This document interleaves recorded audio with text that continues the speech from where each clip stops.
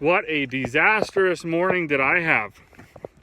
Buddy come over and he brings his he brings a big feeder to fill with oats. So I fired up my mill, that all worked. Fired up my roller, that all worked. We rolled 2 big bags into the mill because we roll it into the mill first and then transfer it over into his feeder. As soon as I went to engage the auger, that didn't work. All right, so a couple hours spent there, frustrated as all heck. Got that going. While I was fixing that, I had obviously walked over and shut off the roller mill tractor. Went back to fire it up, bang, starter blew up. So we ended up rolling half of his load, and then I just put the other half through the hammer mill in a big screen. We've done that before. Pretty easygoing guy, so he doesn't get too worked up, which is nice. But he's out of here now. My load of canola, that guy's coming right away, so I'm just up here gonna check, make sure this grain vac tractor starts, because if he's got light truck, light trailers, he'll be able to haul more than I got loaded on my Super Bee.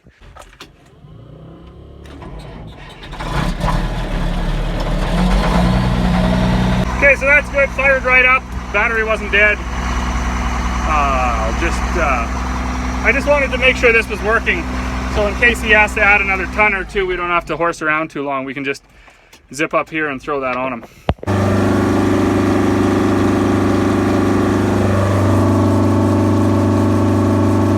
So I'm still having a bit of a day, but I got Buddy with the canola, he's out of here. I got hooked up to my header.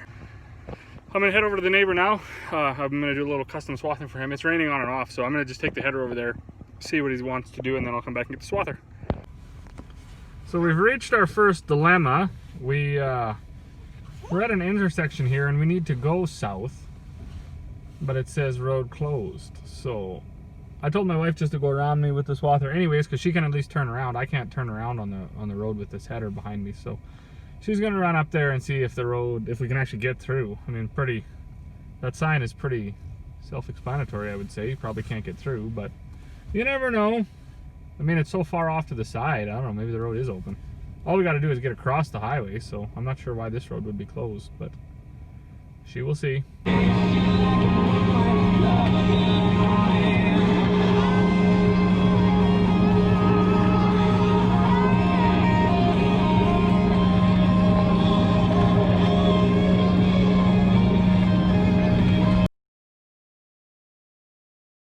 Morning. It's about 7:30. I'm over here again for a friend of mine. I'm cutting his, he's got some silage here, oat and barley silage that he's going to be doing today. So I got over here yesterday, swathed till 9 or 10 or so, I can't remember actually. But this is some new land, so there's a bit of sticks and stuff in there, so I didn't want to swath it in the dark.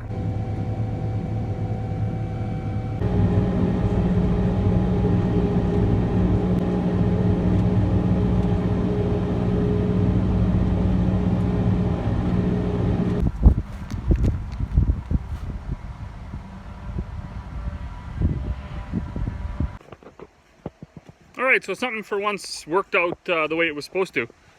I left early this morning and started swathing for the neighbor. I was hoping to be done by the time my next load of canola that has to get loaded out today. I was hoping to be done before that guy showed up. I'm back here now, the guy's still not here. So I'm going to head up, I'm going to move the grain back to the next bin that I want to get out of.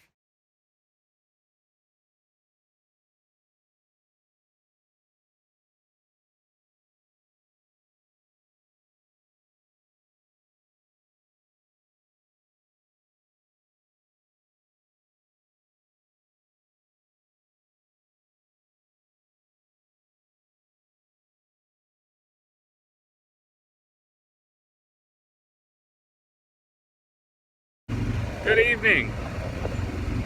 It was a pretty good day today. I got Buddy's 160 acres swath there. I got a load of canola out. My dad got we lost a bearing in the hammer mill auger, so he got that changed.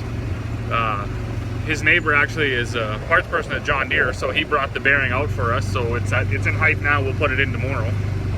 I'm just taking the side by side back to the shop for the night. Gonna lock everything up. So in a video a while back, I did crush some canola out that was, the elevator had called it about 18% green. So I took it to some other elevators, and it was anywhere from 10 to 12, I guess. So that's definitely a lot better than 18. But this canola I'm shipping out now is number 1 canola. So I'm going to crush some here, and we're going to count the, just going to see if there's any green ones at all in there. You're allowed up to 2% for number 1 canola. So I've already ran it through the sifter, and this stuff there actually has quite a bit of dockage in it because we grow it with our peas. But I got my 100 seeds on here. That's the one thing about, if your canola is good, if you have good number 1 canola that's mature, this it's really easy to fill this little thing up.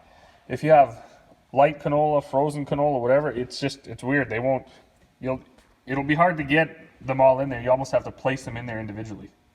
This one I just ran under there and dumped it off, and pretty much fills up. So what we got to do now is we got to take our masking tape, rip a chunk off, lay it over the seeds. I run my finger along it. And this is the important part. You got to keep your finger on there, because if you snap the tape, the seeds fall off. Sometimes you lose 1 or 2 anyways. But like I say, if you have good canola, it seems to, this process is way easier than if you have not good canola. So, then you take your fancy roller, and make sure that's cleaned off. Cleaned off, and then you crush it.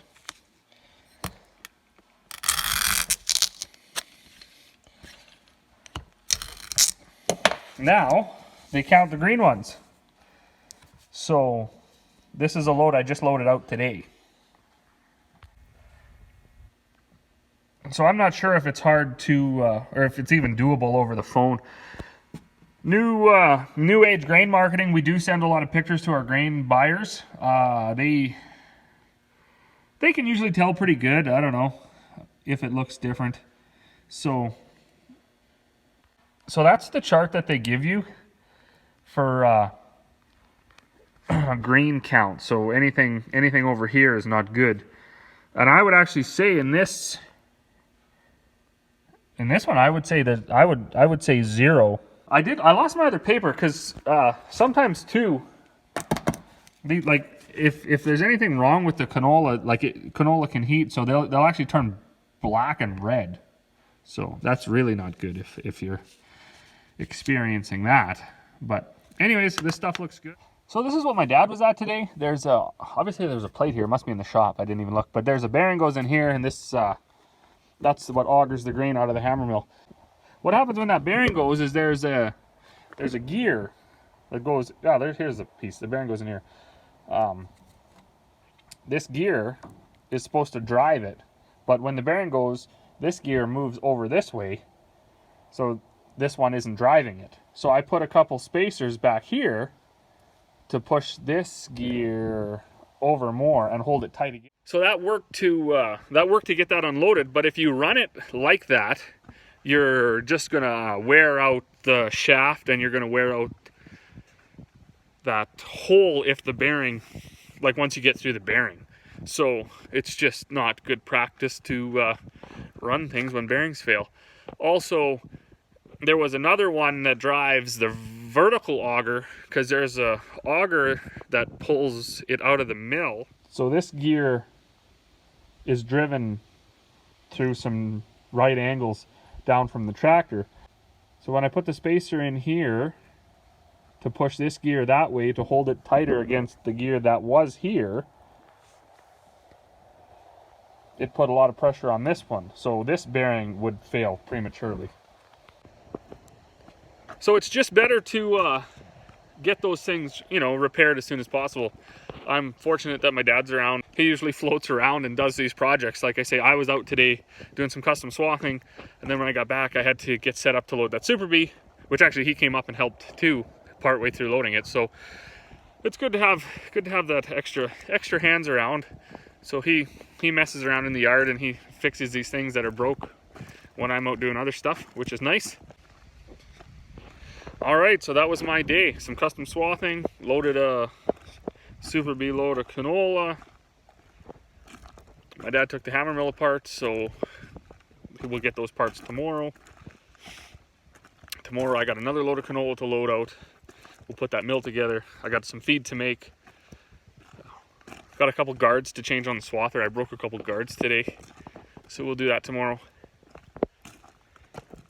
And as always, thank you to everybody that's watching, and we'll see you all tomorrow.